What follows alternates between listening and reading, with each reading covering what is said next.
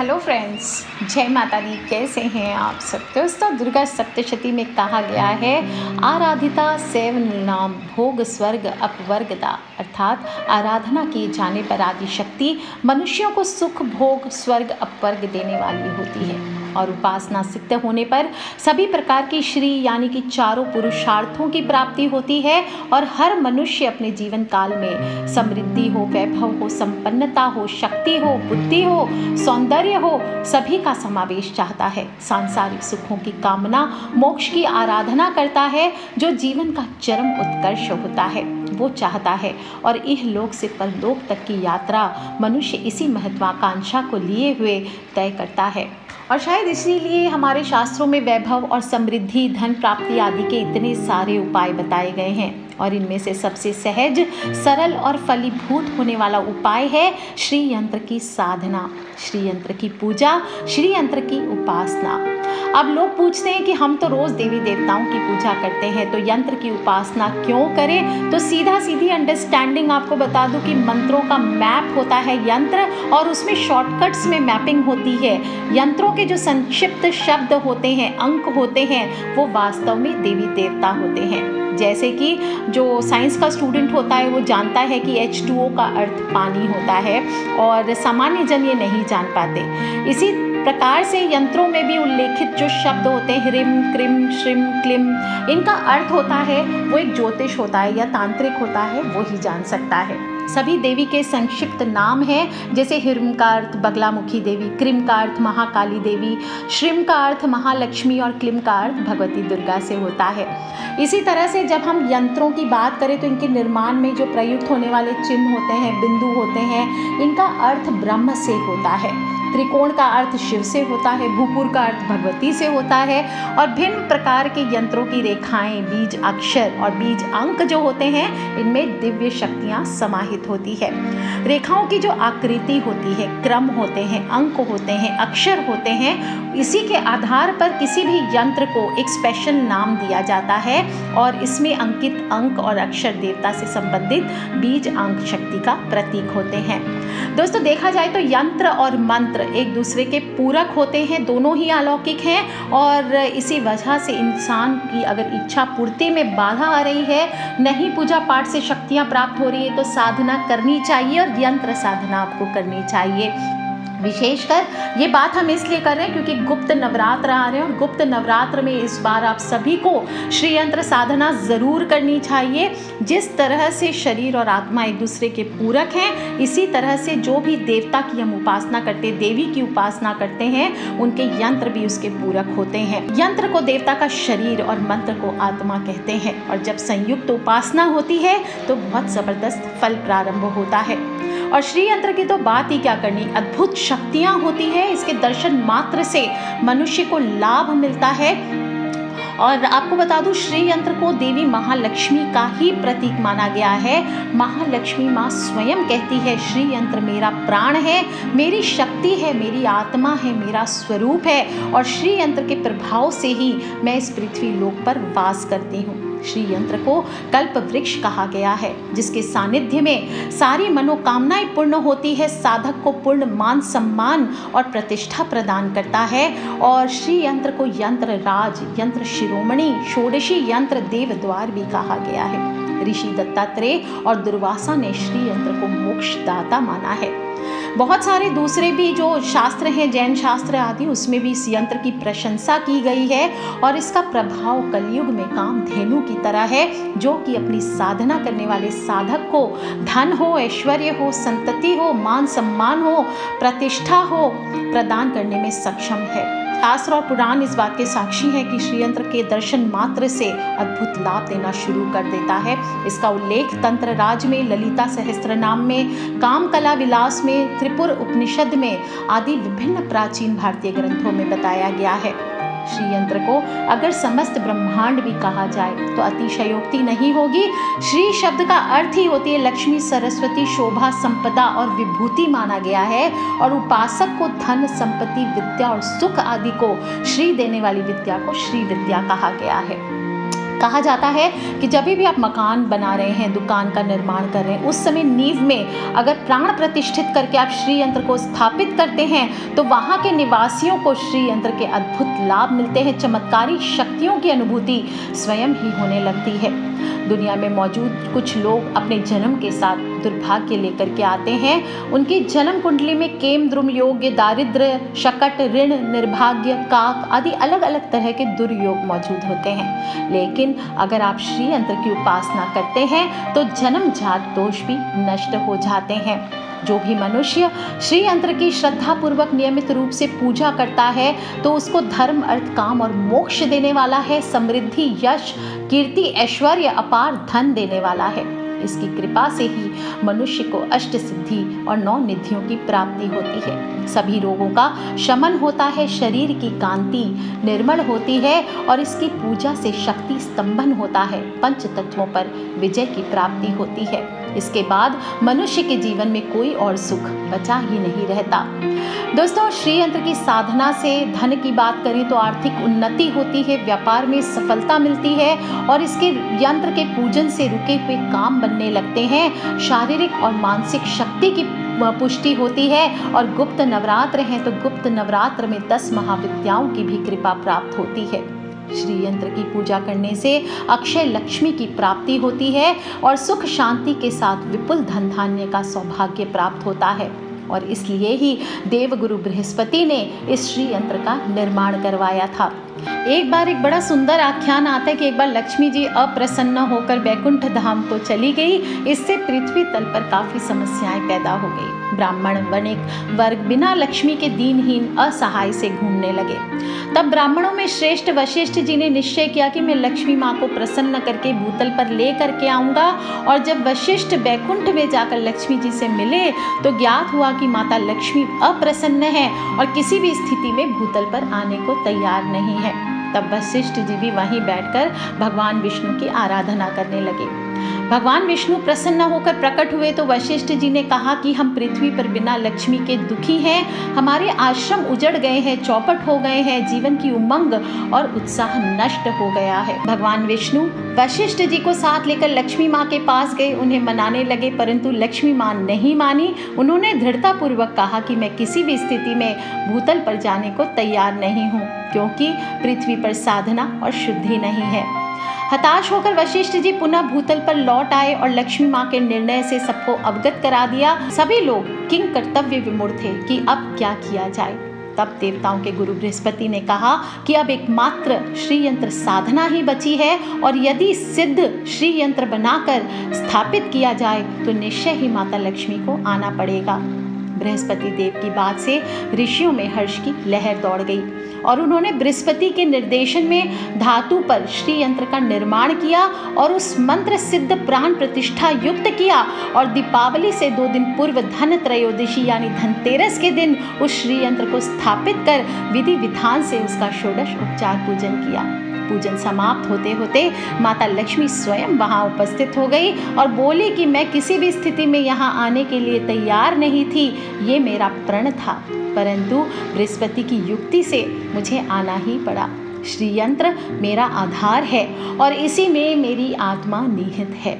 इस कथा से भली भांति यह स्पष्ट होता है कि श्री यंत्र अपने आप में लक्ष्मी का सर्वाधिक प्रिय स्थान है और जहाँ इस यंत्र की स्थापना हो जाती है वहाँ माता लक्ष्मी की स्थायी रूप से स्थापना हो जाती है। बोलिए लक्ष्मी माता की जय।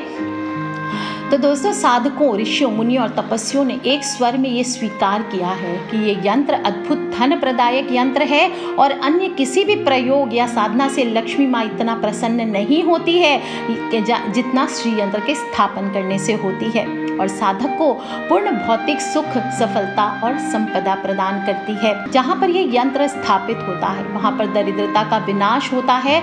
ऋण मोचक, अगर कर्ज चढ़ गया है तो ये यंत्र वहाँ पूर्ण सफलतादायक होता है और भारद्वाज ऋषि के अनुसार यह यंत्र स्वयं ही पूर्ण होता है। यदि ये श्री यंत्र धातु निर्मित मंत्र सिद्ध प्राण प्रतिष्ठा युक्त हो तो कणाद कहते हैं कि श्री यंत्र यदि मंत्र सिद्ध है तो इस पर अन्य किसी भी प्रकार का प्रयोग या उपाय करने की ज़रूरत ही नहीं होती, क्योंकि ये स्वयं में चैतन्य हो जाता है और जहाँ पर भी ये स्थापित होता है कवच के रूप में, वहाँ पे कोई भी नेगेटिविटी को आने नहीं देता और स्वयं ही कहते हैं ना रोबोट हो जाता है, एक प्रोग्राम्ड रोबोट की तरह हो जाता है जो खुद ही प्रॉब्लम्स को ढूंढ ढूंढ कर ख़त्म कर देता है, उसके अनुकूल ही फल और प्रभाव देने लगता है। जिस प्रकार अगरबत्ती किसी व्यक्ति विशेष से संबंधित नहीं रहती, वह जहाँ पर भी जलाई जाती है वहीं पर सुगंध बिखेरती है, इसी तरह से जो सिद्ध किया हुआ चैतन्य अभिमंत्रित श्री यंत्र होता है जहाँ पर भी स्थापित किया जाता है वहाँ पर अनुकूल फल देने में समर्थ हो जाता है। एक बार आदिगुरु शंकराचार्य जी ने भी भगवान शंकर की कठिन तपस्या की और महादेव ने जब प्रसन्न होकर शंकराचार्य को दर्शन दिए, उनसे वर मांगने को कहा, तब उन्होंने शंकराचार्य जी ने श्री शिव से जगत कल्याण के बारे में पूछा। तब महादेव ने उनको लक्ष्मी स्वरूपा श्री यंत्र के बारे में बताया और कहा कि यह श्री यंत्र त्रिपुर सुंदरी का आराधना स्थल है।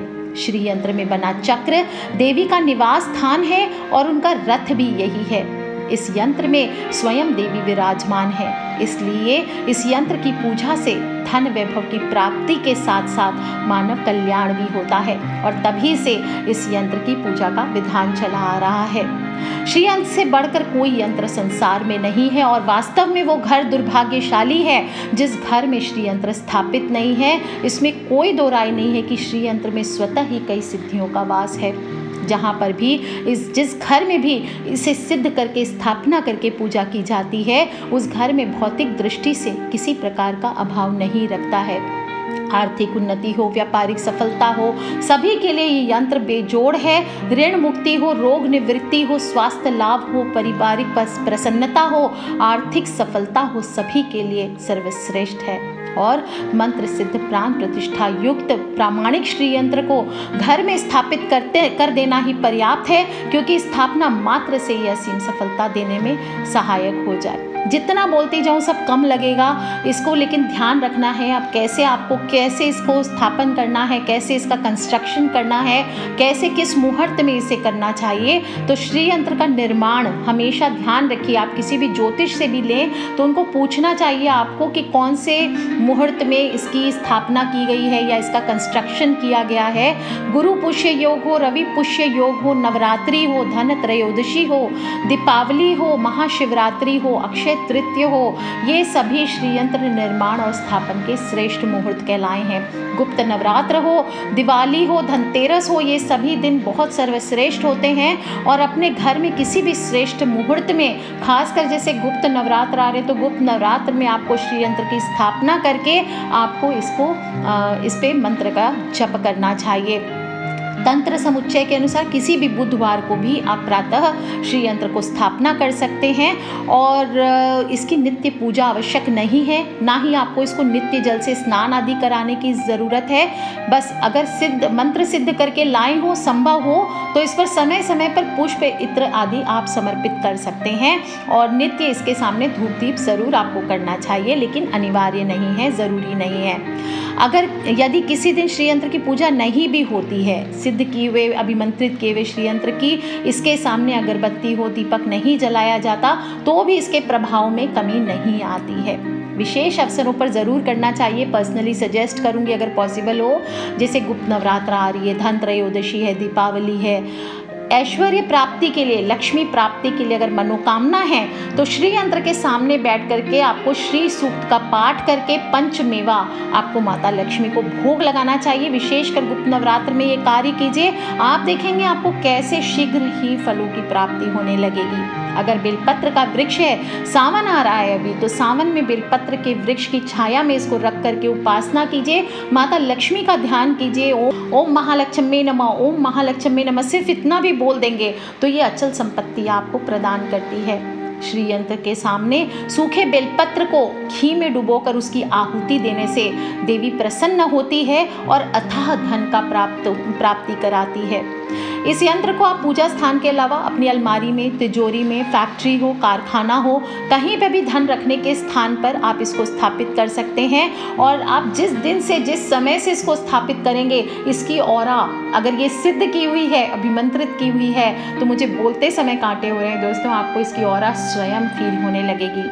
श्री यंत्र की पूजा का विधान बहुत ही सरल है। जो लोग रोज इसकी पूजा करना चाहते हैं या जिस दिन घर में आए, गुप्त नवरात्र में आप एक दिन ही सही कम से कम इसकी इस तरह से पूजन कीजिए। शुद्ध पीले रंग के वस्त्र पहन लीजिए और पूरब या उत्तर की ओर मुख करके पीले या सफ़ेद आसन पर बैठ जाइए और लाल कपड़ा बिछा करके आप श्री यंत्र को पूजा में रख दीजिए। अगर पति पत्नी गृहस्थ हैं, पति पत्नी मिल करके कीजिए। आप देखेंगे पूर्ण श्रद्धा और विश्वास के साथ इसका पूजन संपन्न करेंगे, आपको तुरंत ही फलों की प्राप्ति होने लगेगी। श्री यंत्र कुछ लोग चाहते हैं कि मैं घर में बना लूँ, मैं घर में सिद्धि कर दूँ, तो मैं आपको बता दूँ श्री यंत्र निर्माण अपने आप में एक जटिल प्रक्रिया है और इसमें सफलता संभव नहीं है कि आप एग्जैक्ट कैलकुलेशन या एग्जैक्ट उसको मेजरमेंट के साथ, अगर आप बहुत सारे यंत्र बनाते हैं घर में, आपको सारे मेजरमेंट्स पता हैं तो ही आप इसको बनाइए, नहीं तो आपको मंत्र सिद्ध प्राण प्रतिष्ठित श्री यंत्र ही लेना चाहिए। किसी भी आप प्रॉपर ज्योतिष से प्राप्त कीजिए और या फिर किसी भी जगह से जहाँ सिद्धि करके अभिमंत्रित करके सामान देते हैं वहीं से आपको लेना चाहिए। आप श्री यंत्र कोई भी ले सकते हैं, चाहे तांबे का लीजिए, पारद का लीजिए, आप स्फटिक का लीजिए, जो भी आप किसी भी चीज़ का, चांदी का श्री यंत्र स्थापित कर सकते हैं, सोने का श्री यंत्र स्थापित कर सकते हैं। लेकिन आपको ध्यान रखना चाहिए सभी धातु पर श्री यंत्र का प्रभाव अलग अलग होता है। सबसे विशेष बात है कि जो तांबे के पत्ते पर, ताम्र पत्र जिसको हम कहते हैं, उस पर अंकित और पारद निर्मित प्राण प्रतिष्ठित श्री यंत्र जो होता है वो सबसे अधिक प्रभावकारी माना गया है। लेकिन पारद बहुत बड़ा घर हो तो ही आपको स्थापित करना चाहिए, जैसे शिवलिंग के लिए बताती हूँ। और श्री यंत्र को भोजपत्र हो, धातु हो, रत्न हो, इसका भी बनाया जाता है। कहा जाता है कि भोजपत्र की अपेक्षा तांबे पर बना श्रीयंत्र फल 100 गुना देता है, चांदी में लाख गुना और सोने पर निर्मित श्रीयंत्र का फल करोड़ गुना होता है। इसी तरह से भोजपत्र पर 6 वर्ष तक, तांबे पर 12 वर्ष तक, चांदी में 20 वर्ष तक और सोने का धातु में आजीवन श्रीयंत्र प्रभावी रहता है। और जिसके घर में भी पारद का श्रीयंत्र होता है वहाँ पर स्वयं माता लक्ष्मी का निवास होता है। कहा जाता है कि जिसके घर में भी प्राण प्रतिष्ठित सिद्ध पारद का श्रीयंत्र होता है वह घर अपने आप में, वह व्यक्ति रोग रहित और ऋण मुक्त होकर जीवन में आनंद और पूर्णता प्राप्त करने में सक्षम हो जाता है। पारद को शिव का वीर्य भी कहा गया है और इसीलिए पारद से निर्मित श्रीयंत्र बहुत प्रभावशाली है। स्फटिक का श्रीयंत्र जिन लोगों को भी धन की इच्छा हो उन सभी को सबसे सर्वश्रेष्ठ माना गया। गृहस्थ के लिए पारद होता है, जो साधक होते हैं वो पारद रखें, लेकिन जो गृहस्थ हैं उनको स्फटिक का बना हुआ श्रीयंत्र रखना चाहिए। लक्ष्मी प्राप्ति के लिए, घर में सुख शांति के लिए, ऐश्वर्य की प्राप्ति के लिए स्फटिक का श्रीयंत्र रखना चाहिए। जो भी करियर के लिए करना चाहते हैं, बच्चों के एग्जाम्स हो, पढ़ाई हो, कॉम्पिटिशन्स हो, सभी को स्फटिक का श्रीयंत्र, या बिजनेस में सक्सेस हो, जमीन जायदाद की डील हो, सभी को स्फटिक का बना हुआ श्रीयंत्र रखना चाहिए और इसको अभिमंत्रित करके, स्वयं सिद्ध करके इसको आपको रखना चाहिए। तो ये यंत्र अति शीघ्र सफलता प्रदान करते हैं और साधक के जीवन की सभी प्रकार की मलिनताओं को दूर करते हैं। प्रॉपर तरीके से अगर अच्छे से आप रखते हैं, इसे संपूर्ण ऐश्वर्य को प्रदान करने में सक्षम माना गया है स्फटिक का श्रीयंत्र। और इस यंत्र को अगर आप तिजोरी में रख देते हैं तो आपके लिए ये चमत्कारी सिद्ध होता है। बस ये ध्यान रखना होता है, ऐसी व्यवस्था करनी चाहिए कोई अन्य व्यक्ति इसका स्पर्श ना करे। श्रीयंत्र को बनाना अपने आप में बहुत मुश्किल है, इसलिए सही तरीके से निर्मित किया हुआ ही श्रीयंत्र लेना चाहिए। और श्रीयंत्र चाहे किसी पर भी हो, सोना हो, पारद हो, तांबे का पत्ता हो, जब तक उसकी विधिवत प्राण प्रतिष्ठा नहीं होती उसका लाभ मिलना संभव नहीं होता है। आप जब भी घर में श्रीयंत्र स्थापित करें, ध्यान कर लें कि प्राण प्रतिष्ठित हो श्रीयंत्र ही पूर्ण विधि विधान के साथ आपको स्थापित करनी चाहिए। 1.25 लाख जप से इसको अभिमंत्रित करा करके रखना चाहिए। इसमें कोई त्रुटि नहीं होनी चाहिए और किसी गुरु के सानिध्य में या गुरु की आज्ञा से ही आपको श्रीयंत्र अपने घर में स्थापित करना चाहिए। अपने आप में बहुत ही रहस्यपूर्ण होता है श्री यंत्र। इसमें श्री यंत्र के चतुर्दिक 3 परिधियाँ खींची जाती है। ये अपने आप में 3 शक्तियों का प्रतीक होता है। इसके नीचे षोडश पद्मदल होते हैं और इसके भीतर अष्टदल का निर्माण होता है, जो कि अष्टलक्ष्मी का परिचायक होता है। और अष्टदल के भीतर चतुर्दश त्रिकोण निर्मित होते हैं, जो चतुर्दश शक्तियों के परिचायक होते हैं। और इसके भीतर 10 त्रिकोण स्पष्ट देखे जा सकते हैं, जो कि 10 संपदा के प्रतीक होते हैं। और 10 त्रिकोण के भीतर अष्ट त्रिकोण निर्मित होते हैं, जो कि अष्ट देवियों के सूचक कहे गए हैं। और इसके भीतर भी त्रिकोण होता है, जो लक्ष्मी का त्रिकोण माना जाता है। और इस लक्ष्मी के त्रिकोण के भीतर एक बिंदु निर्मित होता है, जो माँ भगवती का सूचक होता है। और साधक को इस बिंदु पर स्वर्ण सिंहासन रूढ़ भगवती माँ लक्ष्मी की कल्पना करके आपको साधना करनी चाहिए। दोस्तों, इस प्रकार से श्री यंत्र में 2816 शक्तियों का और देवियों का सूचक माना गया है। और इस यंत्र की पूजा इन सारी शक्तियों की समग्र एक साथ पूजा करने के बराबर होती है। दोस्तों, श्री यंत्र का रूप ज्योतिर्मय होता है। इसकी संरचना में बिंदु, त्रिकोण, त्रिभुज, वृत्त, अष्टकमल का प्रयोग होता है। और इसका यंत्र का निर्माण 2 प्रकार से किया जाता है। एक अंदर के बिंदु से शुरू करके बाहर की ओर, जो कि सृष्टि क्रिया निर्माण कहलाता है। और दूसरा बाहर के वृत्त से शुरू कर अंदर की ओर, जो संहार क्रिया निर्माण कहलाता है। इसलिए जब भी आप ले रहे हो किसी भी ज्योतिष से, आपको सृष्टि क्रिया से सिद्ध आपको स्फटिक श्री यंत्र ही लेना चाहिए। गुप्त नवरात्र का समय है। श्री यंत्र के निर्माण के लिए, श्री यंत्र के पूजन के लिए, श्री यंत्र की साधना के लिए सर्वश्रेष्ठ मुहूर्त है। और इसको आप सिद्ध करके अपने घर पे प्राण प्रतिष्ठित करके इसको ले करके आना चाहिए। और जब ये आ जाए आपके घर पे, तो इसे गंगा जल से धो लीजिए और पूजा स्थल में रख करके माता लक्ष्मी का ध्यान लगाते हुए सिर्फ ओम श्रीम, क्या बोलेंगे, ओम श्रीम, ओम श्रीम, ओम श्रीम, इस तरह से 21 माला का जप आपको 5 दिनों तक करना चाहिए। दोस्तों, आप देखेंगे कितना चमत्कारी हो जाता है। और जब भी इसके बाद, इन गुप्त नवरात्र के बाद माघ माह की पूर्णिमा आए, शिवरात्रि आए, सावन का महीना आए, शरद पूर्णिमा, सूर्य ग्रहण, चंद्र ग्रहण, जो भी धनतेरस से लेकर के लाभ पंचमी तक या भैया दूज तक 5 दिन जो होते हैं, उस समय आप इस ओम श्रीम का जप इसके सामने बैठकर कर लेते हैं। दोस्तों, आपको पूरे साल आपके घर में लक्ष्मी ऐसे बरसेगी, किसी प्रकार का कर्ज आदि होगा वो दूर हो जाएगा। दोस्तों, श्री देवी का श्री यंत्र सर्वश्रेष्ठ माना गया है। और इसे आप इसके सामने बैठ कर के ओम श्रीम रिम शिम कमले कमलालय प्रसीद प्रसीद श्रीम रिम शिम ओम महालक्ष्मी नमः, रोज आप अगर इन गुप्त नवरात्र में 11 माला का जप रोज कर सकते हैं, तो आपकी जो भी मनोकामना हो, किसी को पाना चाहते हैं, किसी से डिवोर्स हो रहा है उसको रोकना चाहते हैं, आपका शादी विवाह नहीं हो रहा है, व्यापार में प्रॉब्लम्स आ रही है, आपकी स्टडीज़ में प्रॉब्लम आ रही है, कोई कंपटीशन क्लियर नहीं कर पा रहे हैं, आप जो भी इच्छा हो, जो भी मनोकामना हो, घर में सुख शांति चाहिए, रोग से मुक्ति चाहिए, आप सिद्ध करके स्फटिक का श्री यंत्र घर में रख करके इस मंत्र को आप 11 माला का जप रोज कर लीजिए। दोस्तों, आप देखिए कैसे चमत्कारिक रूप से आपकी हर मनोकामना जरूर पूर्ण होगी।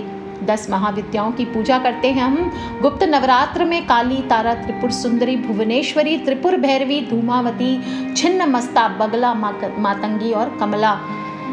और इन 10 महाविद्याओं का अर्चन विधान पंच शुद्धियों पर आधारित है। स्थान शुद्धि करनी चाहिए और देह शुद्धि, द्रव्य शुद्धि, देव शुद्धि और मंत्र शुद्धि। स्वयं की देह का शोधन, मतलब आपको स्नान करना चाहिए। जो भी आप गुरु, किसी को मान लीजिए, आप अगर मुझे गुरु मानते हैं तो आप गुरु दीक्षा अगर आपने प्राप्त की हुई है तो आप मेरे से आज्ञा लेकर के मेल के थ्रू या जैसे भी आप फ़ोन पे अगर मुझसे कांटेक्ट करते हैं तो वहाँ पर आप आज्ञा लेकर के इस साधना को प्रारंभ करें। और पूजा कक्ष का शोधन करना है, पहले स्वयं का शोधन करना है, पूजा स्थल का शोधन करना है और देह का शोधन करना है, इष्ट देवता की प्रतिष्ठा करनी है आपको। और फिर आपको बहिर्यांग पूजन करके, आपको षोडश उपचार पूजन करके, आपको 64 उपचारों के द्वारा श्री यंत्र में स्थित देवी देवताओं का पूजन कर उसमें स्थापित देवता की अनुमति प्राप्त करनी चाहिए। यथाविधि पूजन तर्पण करके वेदी बनाकर देवता का अग्नि रूप में पूजन करना चाहिए और द्रव्यों को भेंट करके पूर्ण रूप से संतुष्ट संतुष्ट करके देवता की आरती कर पुष्पांजलि प्रदान करना चाहिए। इस प्रकार से गुप्त नवरात्र में अगर आप साधना करना चाहते हैं तो आपको करना चाहिए। कवच और सहस्त्र नाम, इसका पाठ आपको ज़रूर करना है। जो लोग भी साधना कर रहे हैं वो पहले गुरु की पूजा ज़रूर करें। आपके गुरु की जो भी फ़ोटो हो उसको रख के उनकी पहले आज्ञा लेनी है। उनकी फ़ोटो या जो भी आपके उनके गुरु पद हो, पादुका हो, उसको स्थापित कर लीजिए और हाथ जोड़कर गुरु का ध्यान कीजिए। गुरु ब्रह्मा गुरु विष्णु गुरुर्देवो महेश्वर, गुरु साक्षात परम ब्रह्मा तस्मै श्री गुरुवे नमः। इस प्रकार से आप पहले हाथ जोड़कर प्रार्थना कर लीजिए। इसके बाद उस पर एक सुपारी रखकर गणपति के स्वरूप में स्थापित कर लीजिए। फिर गणपति देव का पंचोपचार पूजन कीजिए। कुमकुम हो, अक्षत हो, चावल हो, पुष्प हो, इससे आपको पूजन करना चाहिए। और एक तांबे का पात्र लेकर के, छोटा सा प्लेट ले लीजिए तांबे का, उसमें पुष्प बिछा दीजिए और उस पर आपको श्री यंत्र जो भी हो आपके पास, पारद हो, स्फटिक हो या तांबे का ही श्री यंत्र हो, जो भी हो आपके पास, उसको स्थापित कर लीजिए और एकाग्रता पूर्वक पहले आपको श्री यंत्र का ध्यान करना चाहिए। इसके बाद श्री यंत्र की प्रार्थना करनी चाहिए और इसके बाद श्री यंत्र पर पुष्प अर्पित करते हुए ओम मंडुकाय नमः, ओम काल अग्नि रुद्राय नमः, ओम मूल प्रकृत्यै नमः, ओम आधार शक्त्यै नमः, ओम कुर्माय नमः, ओम शेषाय नमः, ओम वाराहाय नमः, ओम पृथिव्ये नमः, ओम सुधाम्बुधये नमः, ओम रत्नदीपाय नमः, ओम भैरवे नमः, ओम नंदन वनाय नमः, ओम कल्पवृक्षाय नमः, ओम विचित्र आनंद भूम्यै नमः, ओम रत्न मंदिराय नमः, ओम रत्न वेदिकाय नमः, ओम धर्म वारणाय नमः, ओम रत्न सिंहासनाय नमः। इस प्रकार से आपको अर्पित करना चाहिए। पुष्प अर्पित करते हुए ध्यान और प्रार्थना करनी चाहिए। इसके बाद कमलगट्टे की सिद्ध माला लेकर के उससे लक्ष्मी के बीज मंत्रों का आपको एक माला का जप करना है। लक्ष्मी माँ का बीज मंत्र कौन सा है? ओम श्रीम ह्रीम शिम कमले कमलालय प्रसीद प्रसीद श्रीम ह्रीम शिम ओम महालक्ष्मी नमः। और मंत्र सिद्ध जो श्री यंत्र है, ध्यान रखें जो भी श्री यंत्र ले रहे हैं स्फटिक या पारद या चांदी का, आपको मंत्र सिद्ध करके अभिमंत्रित श्री यंत्र लेकर के कमलगट्टे की माला पर प्रतिदिन लक्ष्मी के बीज मंत्र की एक माला का जप महालक्ष्मी की कृपा को तुरंत प्रदान करता है। ये आपको ज़रूर करना चाहिए।